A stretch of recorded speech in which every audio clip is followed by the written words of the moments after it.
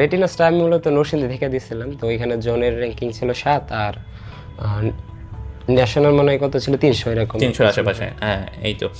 আর এই যে শেষের দিকে এসে যে ডক্টর সাউন্ড পরীক্ষাটা হয়, মানে যেটা আসলে একটা মেডিকেলের আদলে আমরা ভাইবে নেওয়ার চেষ্টা করি এবং বাহিরে ওইভাবে সেন্টার ভাড়া করে, এটা দেওয়া হয়েছে কিনা? হ্যাঁ দিচ্ছি অবশ্যই। এই পরীক্ষাকে মিস করবো। এটা দিয়ে কেমন মনে হয়েছে বা কিরকম নাম্বার ছিল? আমার ছিল মনে হয় 81.75 এরকম মনে ছিল, পজিশন 234 ছিল। তাহলে এখান থেকে আমরা একটা জিনিস খুবই ভালো মতো শিখতে পারি, সেটা হচ্ছে ও কিন্তু কখনোই এরকম ওই যে প্রতি পরীক্ষায় ফার্স্ট এরকম হয় নাই।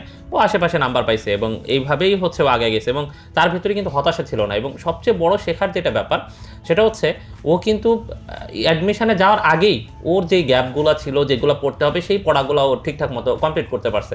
এবং আমরা এর আগেও যেই সফল স্টুডেন্টদেরকে দেখি, তাদের সবার ক্ষেত্রে আমরা যখন ইন্টারভিউ নিতে যাই বা তাদেরকে যখন জিজ্ঞেস করি, সবারই এই কমন একটা ব্যাপার থাকে যে ওরা মোটামুটি আগে তাদের এই ইন্টারমিডিয়েট লাইফের যে পড়াশোনাটা, এইখানে ফাঁকিবাজি কম করছে এবং ওই সময় তাদের যেই পড়াশোনা, সেই পড়াশোনাগুলো খুব ভালো মতো হচ্ছে শেষ করতে পারছে। এবং এইটাই ওদেরকে হচ্ছে অ্যাডমিশনের এই যে কঠিন চাপ, এগুলাকে হচ্ছে খুব সহজেই সামাল দিতে পারে। এবং কিসের সময় কম, কিসের সময় বেশি, কে কত নাম্বার কাছে, ডোন্ট কেয়ার। সবাই তো একই, সবাই সেম, মানে ডোন্ট কেয়ার, মানে ওর ইয়ে ছিল ডোন্ট কেয়ার, আমি কাউরে দেখবো না। এবং মনে একটা ইয়া ছিল যে না, আমি কিছু একটা হবো। তো আমার ছিল যে আমি যদি সর্বোচ্চ দিতে পারি তাহলে আমারটা আমি সর্বোচ্চ করতে পারবো, অন্য কি করলো এটা আমার দেখার তো বিষয় না। আমি যদি সর্বোচ্চ দিতে পারি আমি সর্বোচ্চ করবো।